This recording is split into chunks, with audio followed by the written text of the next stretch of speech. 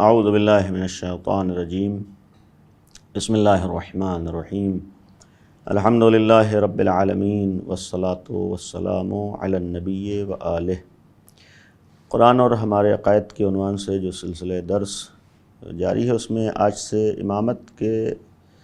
موضوع پر گفتگو شروع ہو رہی ہے، اور آج کا ٹاپک امامت ہے۔ اصول دین میں سے ایک اصل امامت ہے،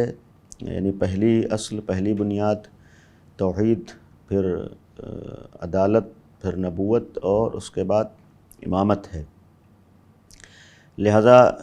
جب امامت اصل دین ہے اور اصول دین میں سے ہے، اس بنیاد پر اس کے سلسلے میں بھی توجہ کی ضرورت ہے۔ قرآن کریم کی ایک مشہور معروف آیہ کریمہ ہے جس سے خود امامت کی ویلیو اور امامت کی اہمیت کا اندازہ ہوتا ہے۔ سورہ بقرہ کی آیت نمبر 124 ہے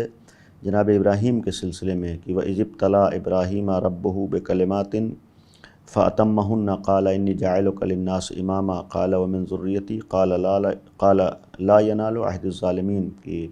اعلان ہے کہ اس وقت کو یاد کرو جب ابراہیم کو ان کے رب نے آزمایا اور انہیں ابتلا کی منزل سے گزارا اور ان کا امتحان لیا۔ فَأَتَمَّهُنَّ یعنی بکلمات، چند کلمات کے ذریعے سے، فَأَتَمَّهُنَّ اور وہ ان امتحانات میں کامیاب ہوئے۔ تو قَالَ إِنِّي جَاعِلُكَ لِلنَّاسِ إِمَامًا، تب خداوند عالم کی جانب سے اعلان ہے کہ ہم نے کہا کہ إِنِّي جَاعِلُكَ لِلنَّاسِ إِمَامًا کہ ہم تمہیں لوگوں کا امام بنانے والے ہیں۔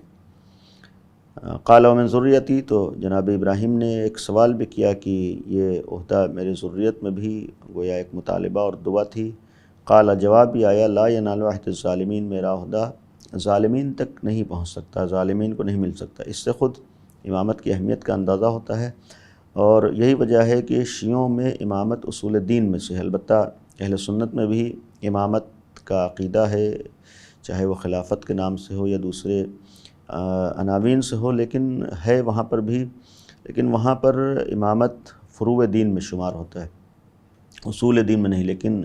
ہم شیعوں کے ہاں امامت اصول دین میں سے، جس طریقے سے توحید اصول دین میں ہے، اور یہ بھی کہا جا سکتا ہے کہ جس طرح سے توحید کا ایک لازمہ عدالت ہے اور اللہ کی عدالت کا لازمہ نبوت ہے، تو اسی عدالت اور نبوت کا لازمہ امامت ہے، یعنی امامت نبوت سے ہٹ کے کوئی چیز نہیں ہے۔ اور جو فرق نبی اور امام کے درمیان ہے، ایک فرق یہی ہے کہ جس دین و شریعت کو نبی لاتا ہے، امام اس کے بعد اسی دین و شریعت کی حفاظت کرتا ہے، اس کو بچاتا ہے۔ نبی دین کو پہنچاتا ہے اور پھر اسے نافذ کرنا اور اس کی حفاظت کرنا اور اسے محفوظ رکھنا، یہ ذمہ داری امام کی ہوتی ہے۔ اور جب امامت کی ذمہ داری اس دین کی حفاظت ہے، تو جب تک گویا دین رہے تب تک امامت کی ضرورت پیش آتی رہے گی۔ اور اگر پیغمبر دین لانے والے ہیں تو پیغمبر کے جانے کے بعد اس دین کو قیامت تک باقی رہنا ہے، لہذا قیامت تک اس امامت کی ضرورت ہے اور امامت کا ہونا ضروری ہے۔ اور پھر اگر ہم اہمیت کو دیکھیں، اسی آیت میں جناب ابراہیم کے لیے ہے کہ وہ امتحانات اور ابتلا اور آزمائش کی منزلوں سے گزرے، اور اس کے بعد اللہ نے انہیں امامت عطا کی۔ گویا یہ ایک اہمیت کا ظاہراً اعلان ہے کہ یہ عہدہ اور یہ منصب اتنی زیادہ اہمیت کا حامل ہے کہ نبی و رسول کے لیے بھی آزمائش اور امتحانات کی منزلیں آتی ہیں، اور جب وہ اس میں کامیاب ہوتا ہے تب امامت ملتی ہے۔ اور دوسری چیز اس آیت کا ایک مفہوم یہ بھی ہے کہ یہ منصب اور یہ عہدہ خداوند عالم کی جانب سے خداوند عالم دینے والا ہے، اسی لیے کہا کہ انی جاعلک للناس اماما، ہم لوگوں کا امام بنانے والے ہیں۔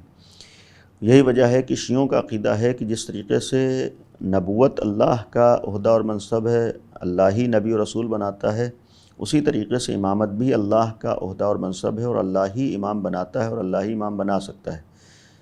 یعنی جس طرح سے نبوت میں کسی کو اختیار نہیں ہے انتخاب کا، چناؤ کا، معین کرنے کا، اسی طریقے سے امامت میں بھی کسی کا حق نہیں ہے کہ امام کو چنے۔ اس کی بھی بعض وجہیں ہیں۔ اولاً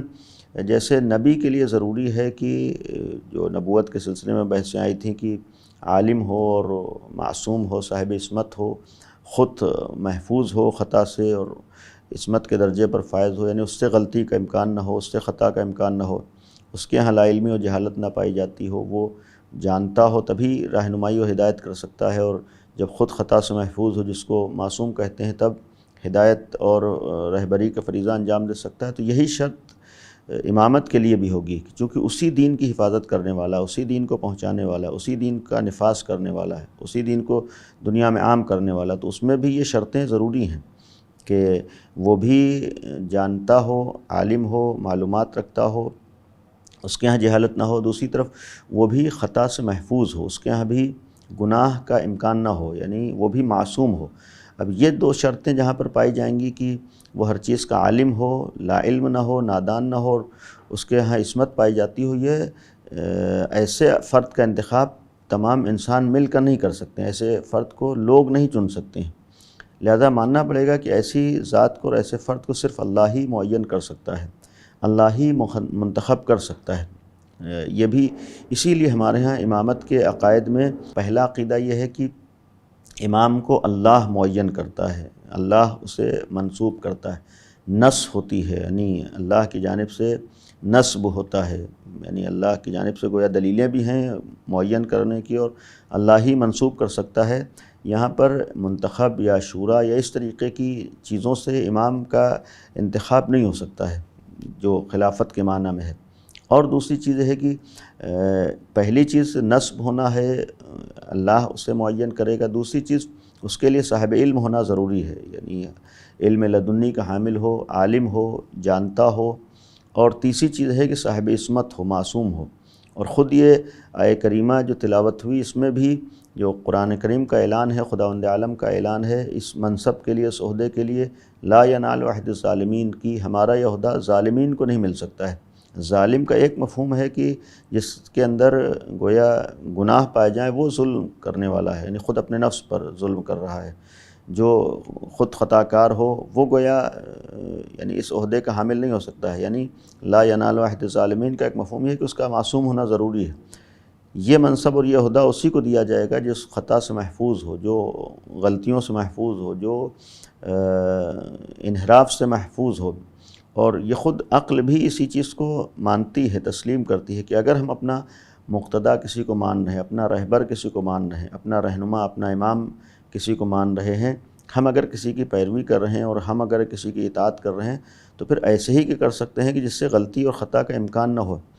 ظاہر سی بات ہے کہ اگر ہم معصوم نہ مانیں گے تو اس کی ہر بات میں خطا کا احتمال پایا جائے گا، غلطی کا احتمال پایا جائے گا،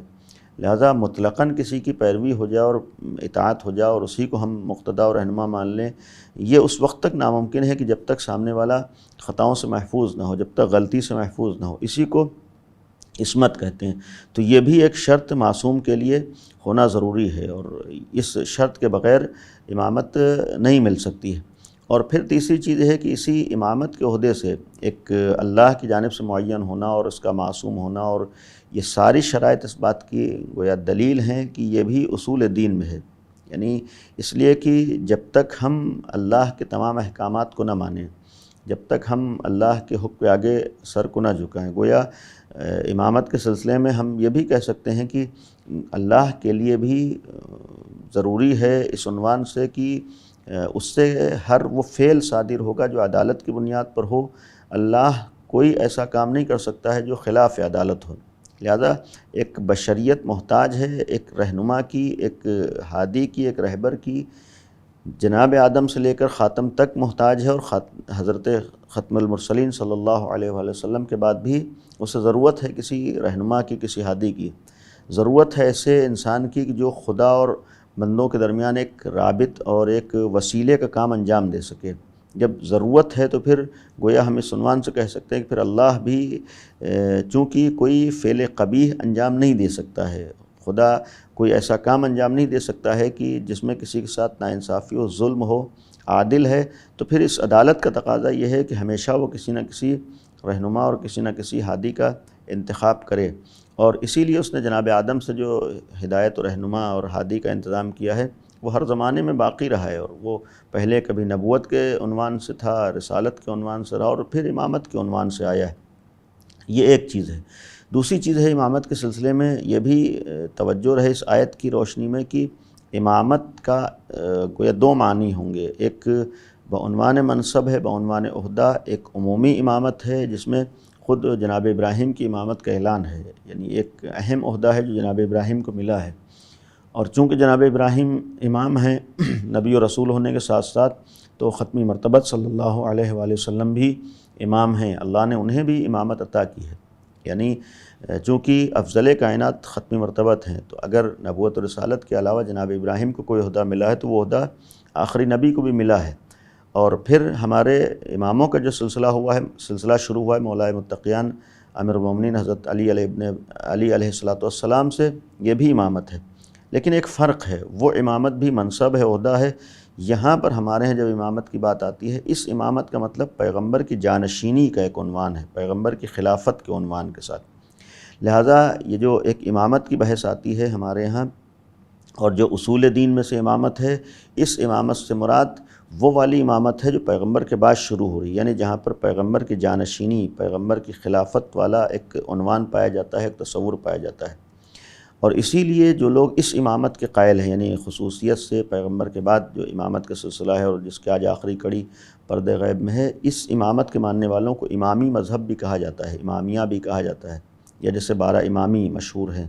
یہ اسی عقیدے کی بنیاد پر ہے، امامت کی بنیاد پر، کیونکہ اس امام کے ماننے والے ہیں۔ ورنہ خود لفظی اعتبار سے دیکھیں، لغوی معنی میں خود امامت کے بہت سے معنی ہیں، متعدد معنی ہیں، یعنی امامت کے جو اپنے لغوی معنوں سے اعتبار سے بہت سے لوگ امام ہو سکتے ہیں۔ قرآن میں ہے کہ ہم ہر انسان کو اس کے امام کے ساتھ محشور کریں گے، یعنی ہر انسان کو اس کے امام کے ساتھ بلائیں گے، یوم ندعو کل اناس بامامہم، یعنی یہ صاف صاف قرآن کی آیت ہے کہ ہم دعوت دیں گے، بلائیں گے ہر انسان کو۔ اس کا مطلب ہر انسان کا اپنا ایک امام ہے، وہ لغوی معنی کے اعتبار سے کہ ہر انسان کا ایک رہبر ہے، ہر انسان کا اپنا ایک رہنما ہے، ہر انسان کا ایک گویا لیڈر ہے، تو ہر ایک کو اس کے امام کے ساتھ بلایا جائے گا، تو وہ عام معنی میں ہے یا لغوی معنی کے اعتبار سے کہ جو جس کی رہبری کرے۔ لیکن یہاں خاص معنی میں پیغمبر کی جانشینی، پیغمبر کی خلافت والا عنوان، اور جسے اللہ نے معین کیا ہو، اور یہ وہ امام ہے کہ جو دین و دنیا اور آخرت ہر جگہ تمام امور میں اللہ کی جانب سے منصب اور عہدے کا حامل ہوتا ہے اور حاکمیت رکھتا ہے، اور پوری کائنات کے لیے رہبری کا فریضہ انجام دیتا رہتا ہے۔ انشاءاللہ اس کے بعد کی گفتگو اس کے اگلے درس میں بیان ہوگی۔ وآخر دعوانا ان الحمد للہ رب العالمین۔